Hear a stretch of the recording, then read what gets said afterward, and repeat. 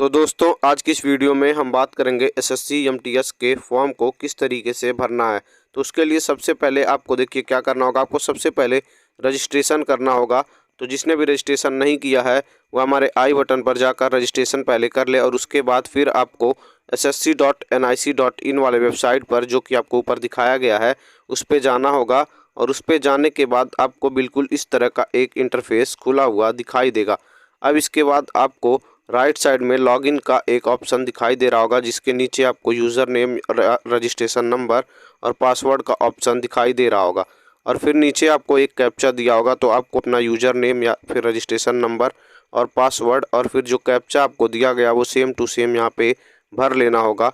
तो हम इसको भर देते हैं रजिस्ट्रेशन नंबर, और उसके बाद फिर अब आपको देखिए यहाँ कैप्चा कोड भरना होगा। और कैप्चा कोड भरने के बाद आपको नीचे लॉगिन का एक बटन दिखाई दे रहा होगा। तो अब आपको क्या करना होगा, आपको उस लॉगिन वाले बटन पर क्लिक करना होगा।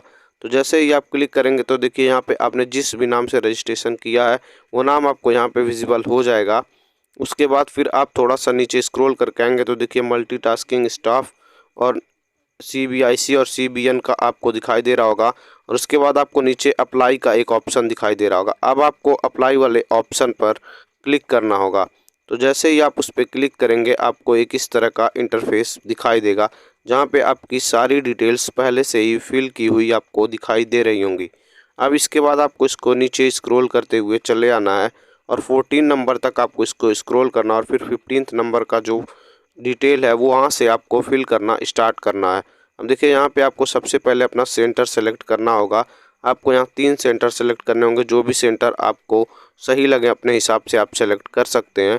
और फिर जब आप सेंटर सेलेक्ट कर लेंगे तो उसके बाद आपको अब यहाँ पे देखिए medium for computer based examination की आप किस भाषा में अपना एग्ज़ाम देना चाहते हैं आपको वो सेलेक्ट करना होगा। तो जैसे यहाँ से मैंने हिंदी सेलेक्ट कर लिया। फिर सेम चीज़ आपको नीचे वाले ऑप्शन में वेरीफाई करना होगा, यानी कि फिर से आपको हिंदी सेलेक्ट करना होगा। फिर अगले ऑप्शन में आपको ये बताना है कि आप एक्स सर्विसमैन हैं कि नहीं, तो यहाँ आपको नो पे क्लिक कर देना है। और फिर नीचे आप आएंगे तो आप पर्सन विद बेंचमार्क डिसेबिलिटी या फिर फिजिकल लिमिटेशन वाले में आपको यहाँ पे नो पे क्लिक कर देना है 18.3 में। और उसके बाद फिर आप थोड़ा सा नीचे स्क्रॉल करके आएंगे तो वेदर सीकिंग एज रिलैक्सेशन, मतलब आपको एज रिलैक्सेशन चाहिए या नहीं, तो यस और नो में आप नो पे क्लिक करेंगे। और फिर आप नीचे स्क्रॉल करके आएंगे तो आपको यहाँ पे देखिए कुछ स्टेट के नाम दिखाई दे रहे होंगे और उनका कुछ सामने आपको कोड दिया गया होगा। तो आपको ये स्टेट और कोड ध्यान से देख लेना है।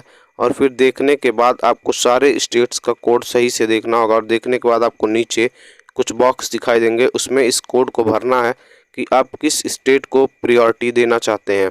तो अब आप नीचे आएंगे तो देखिए आपको यहाँ पे 72 जो कि ऑल इंडिया एमटीएस का एक वो कोड दिखाई दे रहा होगा। तो फिर अब आप नीचे आएंगे तो आपको देखिए यहाँ बॉक्स में प्रेफरेंस भरने का ऑप्शन मिलेगा। तो यहाँ से आप अपने स्टेट का जो भी कोड है उसको देख के यहाँ अपने हिसाब से प्रेफरेंस के हिसाब से यहाँ पे कोड भर देंगे।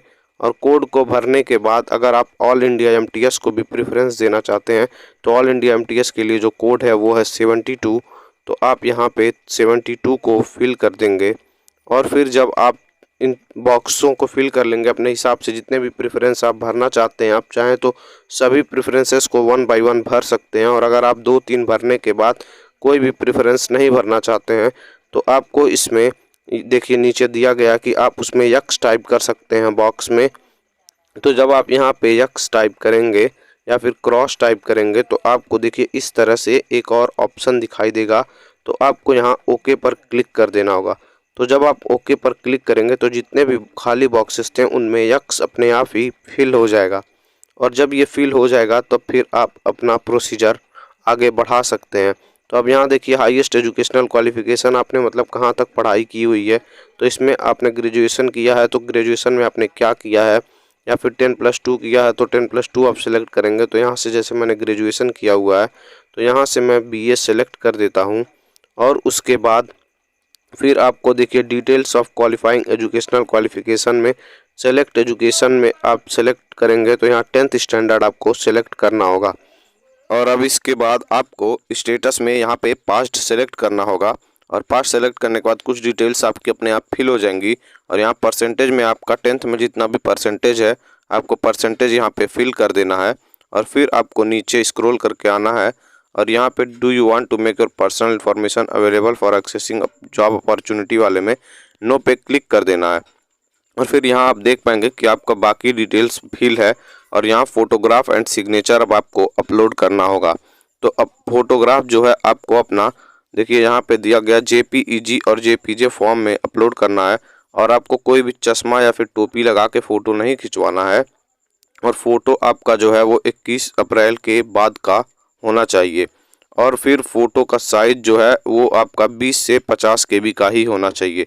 और फिर सिग्नेचर में इसी तरीके से आपका 10 से 20 KB का सिग्नेचर होना चाहिए। फॉर्मेट JPEG या फिर JPG फॉर्मेट ही होगा।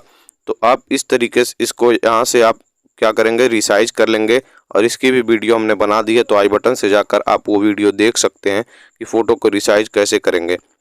अब यहाँ से हम अपना फ़ोटोग्राफ और सिग्नेचर अपलोड कर देते हैं। तो देखिए यहाँ से हम फ़ोटो सेलेक्ट कर लेंगे क्योंकि हमने पहले ही रिसाइज करके रखा हुआ है। और फिर अब यहाँ से हम सिग्नेचर को भी अपलोड कर देंगे। तो अपलोड करने के बाद देखिए अब आपका सिग्नेचर और फ़ोटो इस तरह से अपलोड हो जाएगा। और इसके बाद अब आप नीचे आएंगे तो whether the photograph has been taken on और आफ्टर 21 अप्रैल 2023, तो यहाँ पे आप यस क्लिक कर देंगे कि मतलब आपका फ़ोटो 21 अप्रैल के बाद खींचा गया है, नहीं तो आपका फॉर्म रिजेक्ट होने की संभावनाएं बढ़ जाएंगी। तो अब यहाँ देखिए फिर आप नीचे आएंगे तो डिक्लेरेशन का एक ऑप्शन आपको दिखाई दे रहा होगा। तो अब डिक्लेरेशन में आपको यहाँ कुछ पढ़ने की ज़रूरत नहीं है। अब आप नीचे यहाँ आएंगे तो आपको नीचे एक बॉक्स दिखाई दे रहा होगा जहाँ आई एग्री लिखा होगा। आई एग्री पे आपको टिक कर देना है और फिर नीचे दिए गए कैप्चा को नीचे उसको भर देना है, सेम टू सेम कैप्चा। जैसे कैपिटल लेटर में लिखा हुआ है तो कैपिटल में, अगर स्मॉल में लिखा आएगा तो आपको स्मॉल लेटर में उसको भर देना है। उसके बाद जब आप कैप्चा भर हो जाएंगे फिर आपको प्रीव्यू पे क्लिक करना होगा। तो जब आप प्रीव्यू पे क्लिक करेंगे तो इस तरीके से देखिए आपके पूरे फॉर्म की डिटेल्स आपको यहाँ दिखा दी जाएंगी।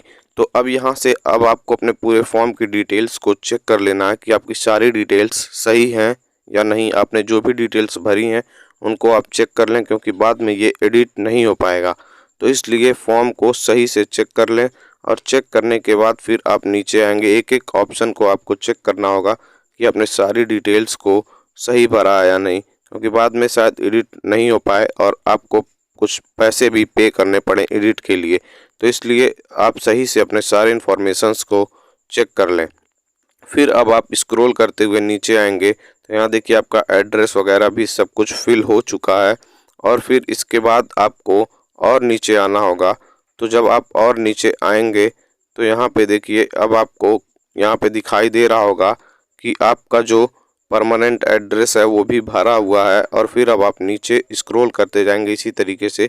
तो यहाँ पे देखिए आपका फ़ोटो और सिग्नेचर भी अपलोड हो चुका है। और फिर नीचे अब आपको सबमिट का एक ऑप्शन दिखाई देगा।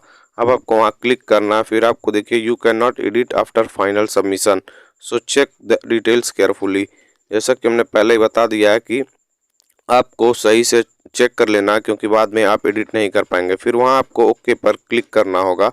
फिर क्लिक करने के बाद यहाँ देखिए प्रिंट और ओके का एक ऑप्शन आएगा। तो अगर आप फॉर्म प्रिंट करना चाहते हैं तो प्रिंट पे क्लिक करें वरना ओके पे। तो यहाँ से अब हम प्रिंट पे क्लिक कर लेते हैं।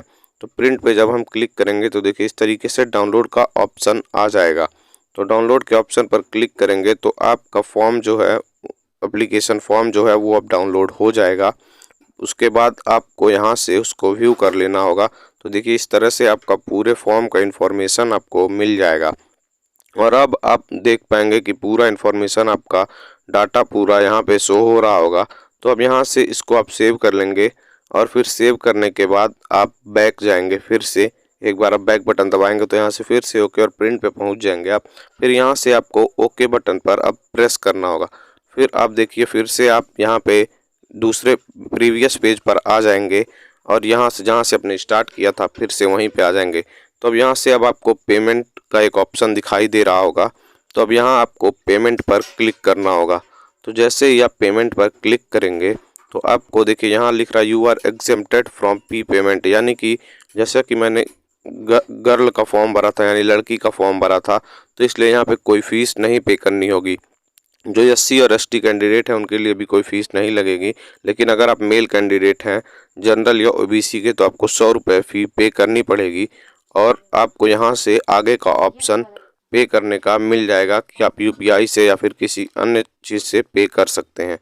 फिर यहाँ पे देखिए, अगर आप एप्लीकेशन स्टेटस देखना चाहते हैं तो एप्लीकेशन स्टेटस पे आप क्लिक करेंगे तो यहाँ देखिए आपका एप्लीकेशन स्टेटस में दिखाएगा कि एप्लीकेशन रिसीव्ड, और अगर आप फी पेमेंट किए रहेंगे तो आपका यहाँ देखिए फ़ी स्टेटस भी दिखा रहा है, तो वो आपको सक्सेसफुल लिख के आ जाएगा। और यहाँ पेमेंट स्टेटस में राइट साइड में भी जो सबसे लास्ट में वहाँ भी वही चीज़ लिख के आ जाएगा। तो इस तरीके से आप अपना SSC MTS का जो फॉर्म है उसको भर सकते हैं। और फ़ोटो अगर आपको अपलोड करने में दिक्कत हो रही है तो हमने वीडियो पहले ही बना दी है, वो सारी वीडियोस को आप देख लें। और अगर वीडियो पसंद आया हो तो वीडियो को लाइक करना और चैनल को सब्सक्राइब करना बिल्कुल ना भूलें। धन्यवाद।